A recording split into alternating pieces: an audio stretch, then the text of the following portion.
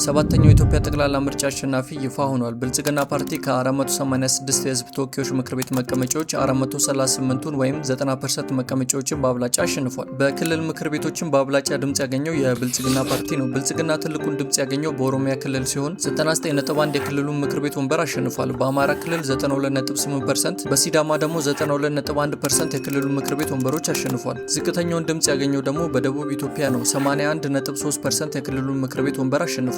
ያው ዝቅተኛ የተባለው ከሌሎቹ ሲነጻጸር ነው። የብልጽግና ተፎካካሪ የሚባለው ኢዜማ ትልቁን ውድድር ያሳየበት በደቡብና በማዕከላዊ ኢትዮጵያ ነው። 12% እና 7% የክልሉን ምክር ቤት መቀመጫ ማሸነፍ ችሏል። ኢዜማ በአፋር፣ በሐረር፣ በሶማሌ፣ በሲዳማና በቤኒሻንጉል ምንም ወንበር አላሸነፈም። በህዝብ ተወካዮች ምክር ቤት 13 ወንበር ወይም 2.7% የፓርላማ ሼር ሲያገኝ በአጠቃላይ በክልሎች 73 ወንበር ወይም 2.7% የሚሆኑን የክልል ምክር ቤት ወንበር አሸንፏል። የትግራይ ክልል ለሁለተኛ ጊዜ ምርጫ አልተካሄደም። ይሄ ቪዲዮ ብዙ ሰው ጋር እንዲደርስ ላይክ፣ ሼር፣ ኮፒ ሊንክ ማድረግ እንዳይረሳ።